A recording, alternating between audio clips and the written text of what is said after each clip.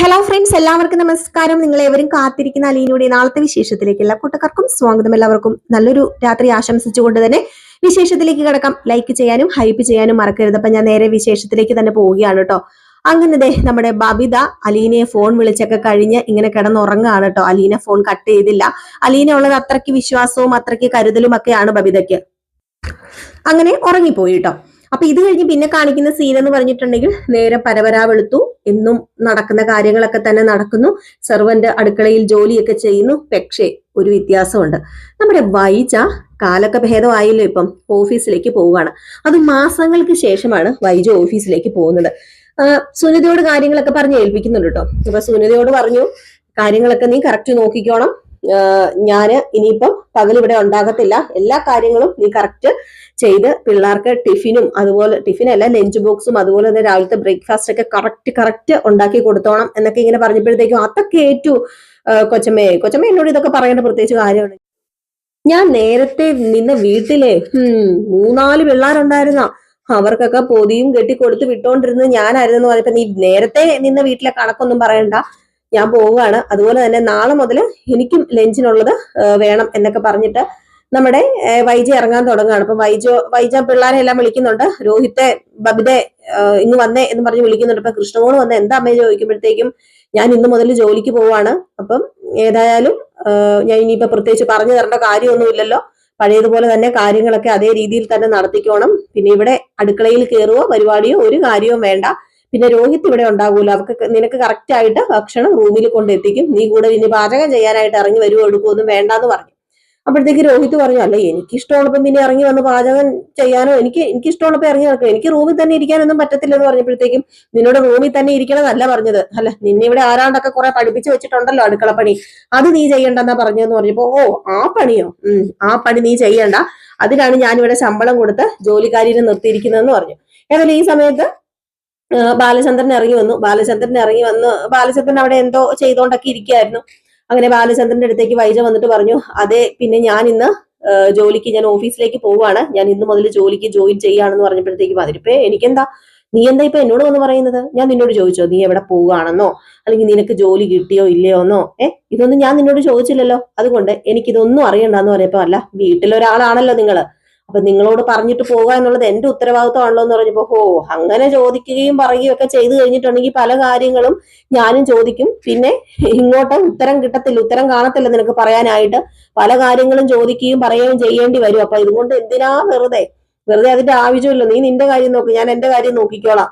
നീ എന്റെ കാര്യം നോക്കാൻ വരണ്ട, ഞാൻ നിന്റെ കാര്യം നോക്കാൻ വരുന്നില്ല, പോവുകയോ പോകാതെ ഇരിക്കുകയോ എന്ത് വേണാച്ചാ ചെയ്തോ, ശല്യം ചെയ്യരുത്, ദയവ് ചെയ്ത് എന്നെ ശല്യം ചെയ്യരുത്, എനിക്ക് സമാധാനം വേണമെന്ന് പറഞ്ഞപ്പോ ഞാനാണല്ലോ നിങ്ങളുടെ സമാധാനം കളയുന്ന ആള്, അല്ല ആ ഭൂലോക രംഭ ഇവിടെ ഉണ്ടായിരുന്നപ്പോ നിങ്ങൾക്ക് സമാധാനം ഉണ്ടായിരുന്നല്ലോ, വേണ്ടുവോളം നിങ്ങൾക്ക് സമാധാനം ഉണ്ടായിരുന്നല്ലോ ആ രംഭ ഇവിടെ ഉണ്ടായിരുന്നപ്പം, അവള് പോയപ്പോഴാണല്ലോ നിങ്ങളുടെ സമാധാനക്കേടെന്ന് പറഞ്ഞപ്പോഴത്തേക്കും വെറുതെ പോയവരുടെ പേര് വലിച്ചിട്ട് കുളമാക്കണ്ട വൈജ, നിന്നോട് ഞാനിപ്പോ അവളുടെ കാര്യം പറഞ്ഞോ? അല്ലെങ്കിൽ ഞാനിപ്പം നിന്നോട് എന്താ ഞാൻ പറയാൻ വന്നത്? ഞാൻ നിന്നോട് വഴക്കിന് വന്നോ?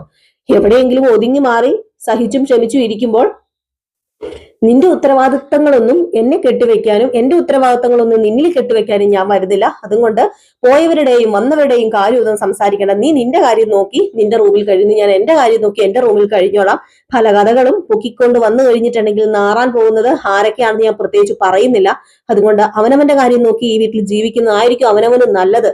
അവനവന് നാറുണ്ട എങ്കിൽ അത് തന്നെ ആയിരിക്കും നല്ലതെന്ന് പറഞ്ഞിട്ട് ദേഷ്യം വന്നപ്പോഴത്തേക്കും നമ്മുടെ വൈജ, അല്ലെങ്കിൽ ആരാ നിങ്ങളോട് പറയുന്നത്, നിങ്ങൾ ഈ വീട്ടിലുണ്ട് ഉള്ളത് കൊണ്ട് മാത്രമേ ഞാൻ നിങ്ങളോട് പറയാൻ നിന്നത്, നിങ്ങളെപ്പോലെ തോന്നിവാസം കാണിച്ച് നടക്കാൻ എന്നെ കൊണ്ട് പറ്റില്ല എന്ന് പറഞ്ഞപ്പോ അതെനിക്കറിയാം, നീ ആരാ തോന്നിവാസം കാണിച്ച് നടന്നതെന്നും നടക്കാൻ പറ്റില്ലാത്ത ആർക്കാണെന്നൊക്കെ എനിക്ക് നന്നായിട്ട് അറിയാന്ന് പറഞ്ഞു. ഏതായാലും എന്റെ BP ഞാൻ കൂട്ടുന്നില്ല, എനിക്ക് ജോലിയും കാര്യങ്ങളുണ്ട്, ഞാൻ പോവുക, നീ എവിടെയാന്ന് വെച്ചാൽ പോക്കോ, എന്റെ കാര്യം അന്വേഷിക്കേണ്ട, പിന്നെ നിന്റെ മക്കള് ഞാൻ തന്നെ എനിക്ക് തന്നെ ഉണ്ടായ മക്കളല്ലോ, നിനക്ക് കൂടെ ഉണ്ടായ, നിനക്കെല്ലാം ഉത്തരവാദിത്വം ഉണ്ട്, നീ മക്കളുടെ കാര്യം നോക്ക്, മക്കളുടെ കാര്യം ചോദിച്ച് അറിയ, പിന്നെ മക്കൾക്കും തിരിച്ചു മറുപടി പറയാറായി തന്നോളം വളർന്നു എന്ന് ഒന്ന് ചിന്തിക്കുന്നത് നല്ലതായിരിക്കും എന്ന് പറഞ്ഞിട്ട് നമ്മുടെ ബാലചന്ദ്രൻ കുറെ ഏറെ പൊട്ടിത്തെറിച്ചിട്ടാണ് ഇറങ്ങി പോകുന്നത്. അങ്ങനെ ഇറങ്ങി നേരെ കാറിനകത്ത് കയറിയപ്പോഴത്തേക്കും കൃഷ്ണമോളും ഭവിതയും ഒക്കെ ഇത് കാണുന്നുണ്ട്. അപ്പൊ നമ്മുടെ ബബിത പറയുന്നുണ്ട്, വല്ല ആവശ്യം ഉണ്ടായിരുന്നോ ഈ ഒരു സമയത്ത് തന്നെ? അച്ഛന് ഓഫീസിൽ പോകുമല്ലോ, അപ്പോഴെങ്കിലും കുറച്ച് സമാധാനത്തോടു കൂടി പോകത്തില്ലായിരുന്നു എന്ന് പറഞ്ഞപ്പോഴത്തേക്കും രോഹിത് പറഞ്ഞു, മിണ്ടാതിരിക്കും ബബിതേ, നീ എന്തിനാ രണ്ടു കൈ കൂട്ടി അടിച്ചാലേ ശബ്ദം ഉണ്ടാകത്തുള്ളെന്ന് അലീന ചേച്ചി പറഞ്ഞിട്ടില്ലേ എന്ന് പറയാൻ തുടങ്ങി കഴിഞ്ഞപ്പോഴത്തേക്കും തന്നെ പെട്ടെന്ന് തന്നെ നമ്മുടെ രോഹിത് അതങ്ങ് വിരിങ്ങി. അപ്പം വൈജ ചോദിച്ചു, എന്താടാ നീ അലീന ചേച്ചിയുടെ കാര്യം പറയാൻ വന്നിട്ട് നീ എന്താടാ? അവളാണല്ലോ നിന്നെ എല്ലാം പഠിപ്പിച്ചത്, അല്ലെങ്കിലും അവള് കാരണമാ നീ ഇങ്ങനെയായി പോയത്. ഞാൻ എങ്ങനെയായി പോയെന്നാ അമ്മ ഈ പറയുന്നതെന്ന് ചോദിച്ചു. എന്നെ കൊണ്ടൊന്നും പറയിപ്പിക്കരുത് രോഹിത്തെ, നീ പോകുന്നതായിരിക്കും നല്ലത്. എനിക്കിവിടെ ദേഷ്യം വന്ന് വിറച്ച് ഞാൻ നിൽക്കുകയാണ്, എന്നെ കൊണ്ടൊന്നും പറയിപ്പിക്കരുത്. മക്കളും അച്ഛനും എല്ലാവരും കൂടി ചേർന്നിട്ട് എന്നെ കുത്തിത്തിരിച്ച് വിടാനാണെങ്കിൽ അതൊന്നും നടക്കാൻ പോകുന്നില്ല. നിങ്ങൾക്ക് മനസ്സിലാകുന്ന ഒരു ദിവസം വരും. ഭർത്താവ് തന്നോട് പറയാതെ ഓരോ കാര്യങ്ങൾ ചെയ്യുമ്പോഴും തനിക്ക് ഇഷ്ടമില്ലാത്ത ഓരോ കാര്യങ്ങൾ ചെയ്യുന്നതും അതൊക്കെ നിങ്ങൾക്ക് മനസ്സിലാകണമെങ്കിൽ നിങ്ങൾക്ക് കുടുംബം ഉണ്ടാകണം, കുട്ടികൾ ഉണ്ടാകണം, എങ്കിലേ നിങ്ങൾക്ക് അതിന്റെ വേദന അറിയത്തുള്ളൂ. നിങ്ങൾ എന്നെ ഇപ്പം ഈ മാറ്റി നിർത്തുന്നതിനെ നിങ്ങൾ അനുഭവിക്കുന്നു പറഞ്ഞപ്പോഴത്തേക്ക് എന്തിനാ അമ്മ ഇങ്ങനെ പ്രാകുന്നത്? സ്വന്തം മക്കളെ പ്രാകേണ്ട കാര്യമുണ്ടോ അമ്മയ്ക്ക്? വേണ്ടുവോളോ അലീന ചേച്ചിന്റെ പ്രാഗിയല്ലേ വിട്ടത്, അമ്മയുടെ ഈ പ്രാക്കൊന്നും ഏൽക്കാൻ പോകുന്നില്ല. അതുകൊണ്ടാണ് അലീന ചേച്ചിക്ക് സുഖസുന്ദരമായിട്ട് അവിടെ ജീവിക്കാൻ പറ്റുന്നതെന്ന് ചോദിച്ചപ്പോഴത്തേക്ക് അല്ലെങ്കിൽ സുഖസുന്ദരമായിട്ട് അവൾക്ക് ജീവിക്കാൻ പറ്റൂലോ, അവൾക്ക് ഫ്ലാറ്റും കൊടുത്ത് ജീവിപ്പിച്ചിട്ടുണ്ടെങ്കിൽ പിന്നെ സുഖസുന്ദരമായിട്ട് ജീവിക്കാൻ പറ്റൂലോ എന്ന് പറഞ്ഞപ്പോഴത്തേക്കും ചൊറിഞ്ഞു വരുന്നുണ്ട് നമ്മുടെ ബാലചന്ദ്രൻ എന്തെങ്കിലും വിളിച്ച് പറയണമെന്നുകൊണ്ട് പറയാനും പറ്റത്തില്ലാത്ത ഒരു അവസ്ഥ. അപ്പോഴത്തേക്കും ബാലചന്ദ്രൻ നേരെ ചേർന്ന് കേറി ഡോർ ഒറ്റ അടയടിച്ചപ്പോ കൃഷ്ണമോള് അപ്പോഴാണ് ചെല്ലുന്നത്. അങ്ങനെ കൃഷ്ണമോളി ചോദിച്ചു, അച്ഛാ എന്തു പറ്റി അച്ഛാ, അച്ഛൻ ഓക്കെ അല്ലേന്ന് ചോദിച്ചപ്പോഴത്തേക്കും നിനക്ക് തോന്നുന്നുണ്ടോ അച്ഛൻ ഓക്കെ ആണ്? എന്താണ് നിന്റെ അഭിപ്രായം കൃഷ്ണമോളെന്ന് ചോദിച്ചപ്പോഴത്തേക്കും, അല്ല അച്ഛൻ ഓക്കെ ആണ് എന്ന് എനിക്കറിയാം, അച്ഛൻ തന്നെയാണ് അച്ഛാ ഇപ്പം ജയിച്ചു നിൽക്കുന്നത്. ഈ പന്തിയില് അച്ഛൻ തന്നെയാണ് ജയിച്ചു നിൽക്കുന്നതെന്ന് എനിക്കറിയാം, അതുകൊണ്ട് അച്ഛൻ ഓക്കെ ആകണം എന്നുള്ള രീതിയിൽ നമ്മുടെ കൃഷ്ണമോള് പറയുമ്പം, ഞാൻ ഓക്കെ ആണ് മോളെ, ഞാൻ ഇപ്പോഴാണ് ഓക്കെ ആയത്.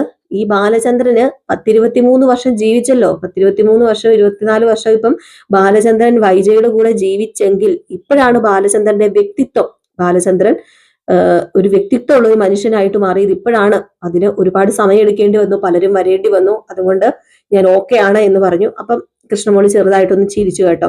ചിരിച്ചിട്ട് കൃഷ്ണമോൾക്ക് അറിയാം നമ്മുടെ ബാലചന്ദ്രൻ ഇത് ചെയ്തില്ലെങ്കിൽ അല്ലേ അതിശയമുള്ളൂ, തന്നെ ഇത്രയും നാൾ വഞ്ചിച്ച് ചതിച്ച് പറ്റിച്ച് ജീവിച്ച വൈജയ്ക്ക് മുന്നിൽ ഇനിയെങ്കിലും താന് വീണ്ടും അടിയറവ് പറഞ്ഞു കഴിഞ്ഞാൽ തന്റെ അച്ഛന്റെ വില നഷ്ടപ്പെടുമെന്ന് നമ്മുടെ കൃഷ്ണമോൾക്കും അറിയാം. അതുകൊണ്ട് കൃഷ്ണമോളും എന്ത് ചെയ്യുന്നു, കണ്ണടച്ചങ്ങ് വിടുകയാണ് കേട്ടോ. അപ്പൊ ഇത് കഴിഞ്ഞ് പിന്നെ കാണിക്കുന്ന സീൻ എന്ന് പറഞ്ഞു കഴിഞ്ഞിട്ടുണ്ടെങ്കിൽ അലീനയാണ്.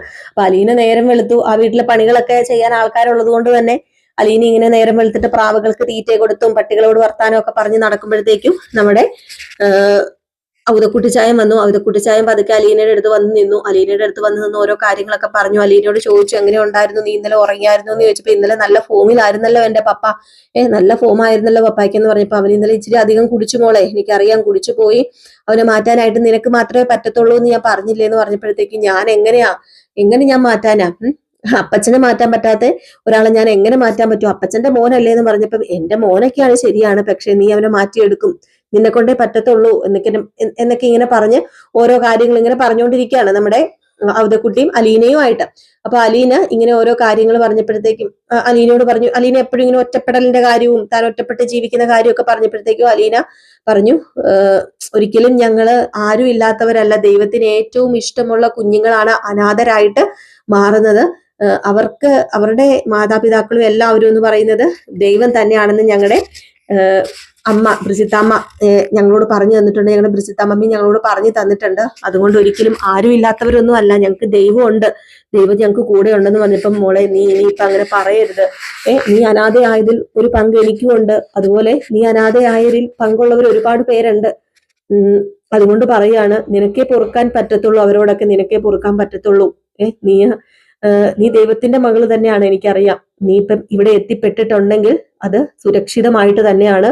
അത് നിനക്ക് പഴയതുപോലെ നീ ഒരുപാട് കഷ്ടപ്പെട്ട് പഴയതുപോലെ നീ പഴയ ആ ഒരു കാലത്ത് ജീവിച്ചല്ലോ, നീ ഇനി ഒരിക്കലും അങ്ങനെ ജീവിക്കില്ല, നീ ഇനി സ്റ്റാൻലിയുടെ മകളായിട്ട് തന്നെ അറിയപ്പെട്ട് ജീവിക്കുകയാണ് ചെയ്യുന്നത്, അതുകൊണ്ട് ഇനി വിഷമിക്കുകയോ കാര്യങ്ങളോ ഒന്നും വേണ്ട, അവനെ പറഞ്ഞ് ഞാനും മനസ്സിലാക്കാം, അവന് മനസ്സിലാകും, നീയും പറഞ്ഞാൽ മനസ്സിലാകും, നിനക്ക് മാറ്റാൻ പറ്റത്തുള്ളൂ എന്നൊക്കെ പറഞ്ഞ് ഇവരിങ്ങനെ മുറ്റത്തൂടെ കൈ കോർത്ത് പിടിച്ചും കാര്യങ്ങൾ പറഞ്ഞും ചിരിച്ചും കളിച്ചും തമാശ പറഞ്ഞൊക്കെ നടക്കുമ്പോഴത്തേക്കും നമ്മുടെ ആന്റപ്പനും ബൈജു പുതിയ ഡ്രൈവർ ഉണ്ടല്ലോ, പുതിയ ഡ്രൈവർ അല്ല മെയിൻ ഡ്രൈവറും കൂടെ ഒക്കെ അവിടെ നിൽപ്പുണ്ട്.